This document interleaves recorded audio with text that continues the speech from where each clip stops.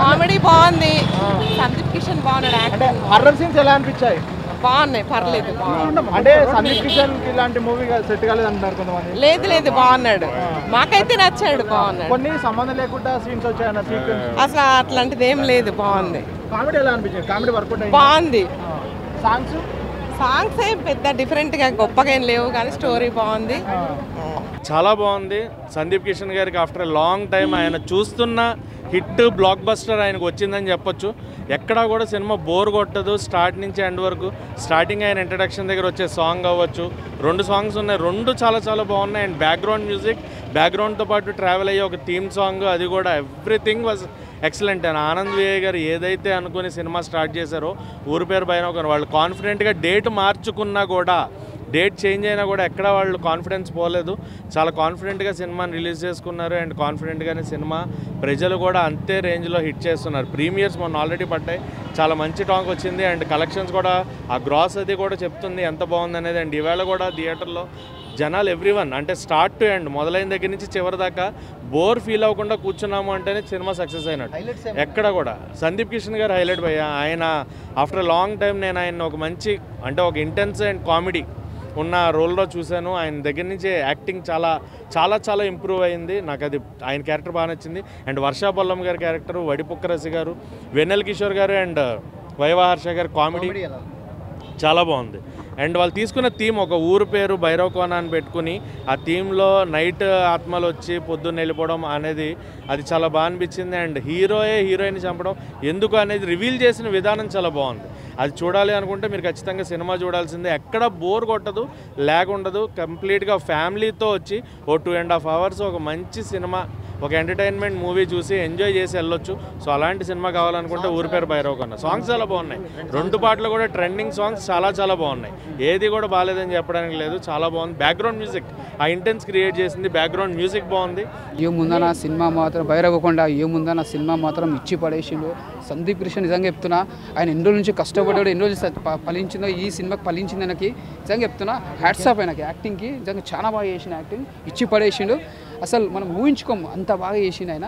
ఏంటంటే ఒక్కొక్క సీన్ చూస్తుంటే మనం మరి ఈయననే చేసిండు యాక్టింగ్ అనిపిస్తుంది, అంత బాగా చేసిండు. ఫస్ట్ మనకు స్క్రీన్ ప్లే కానీ, డైరెక్షన్ కానీ, ఆ సస్పెన్స్ థ్రిల్లింగ్స్ కానీ, ఆ సీన్స్ చూస్తుంటే మనం మాత్రం అసలు నిజంగా చిలక్ అంటున్నా అంత సీన్లు అట్లా అనిపిస్తాయి. ప్రతి సీన్ మనం ఎంజాయ్ చేయవచ్చు, నీకు ఎక్కడ బోర్ అనేది లేదు. ఓకే, ఫస్ట్ టైం మనం చూసినా కూడా మనం సందీప్ కృష్ణ ఇలాంటి సినిమా హర్రర్ మూవీలో చేసింది కాబట్టి ఆయనకు ఒకటి సినిమా బెస్ట్ మూవీ అని చెప్పొచ్చు. ఎందుకంటే ఆయన కష్టపడిన దానికి ఫలితం ఫలించింది. ఓకే, పర్వాలేదు, మంచిగా ఉంది. ఆయన కెరియర్లో ఇది ఒక పెద్ద బ్లాక్ బస్టర్ మూవీ అని చెప్పొచ్చు. ఆ లాస్ట్ క్లైమాక్స్ ఉంటానా, ఆ క్లైమాక్స్ మాత్రం ఇచ్చి పడేసిండు. నా ఊరి పేరు భైరవకోన సినిమా 6 months నుంచి వెయిట్ చేస్తున్నాను, ఎప్పుడెప్పుడు అసలుకి రిలీజ్ అవుతుంది అని. అసలుకి మొన్న ప్రీమియర్ వేసారు, చూశాను. ఆ సాంగ్స్ చూసినప్పటి నుంచి మళ్ళీ కానీ ఇప్పుడు సెకండ్ టైం వచ్చాను.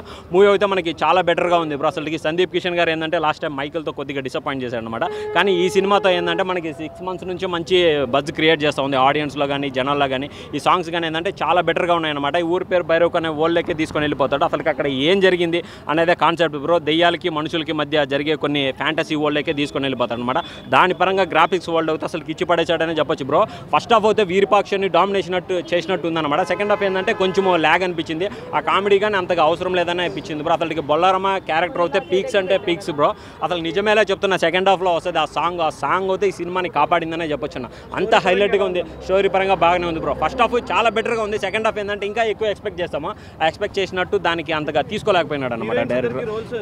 రోల్స్ సరిపోయినాను. అసలుకి వర్ష బొల్లారం కన్నా ఆమె కావ్య తప్పర్ ఆమె క్యారెక్టరే ఎక్కువగా ఉందన్నమాట. ఆమెదిగానే ఏంటంటే కొంచెం కామెడీగా ఫన్గా ట్రావెల్ అవుతూ ఉంటుంది. ఈ సినిమాకి మెయిన్ హైలైట్ వెన్నెల కిషోర్ బ్రో. వెన్నెల కిషోర్ చెప్పే డైలాగ్స్ అన్ని లేడీస్ గురించి చెప్తారనమాట. అదైతే చాలా బాగుంటుంది బ్రో. ఒక దెబ్బ తగిలినా కానీ అమ్మ అంటారు అందరూ, కానీ దెబ్బ తగిలినా కానీ డాడీ అంటారు. ఎందుకంటే అమ్మ కూడా లేడీయే కాబట్టి నాకు లేడీస్ అంటే పడదని చెప్తారనమాట.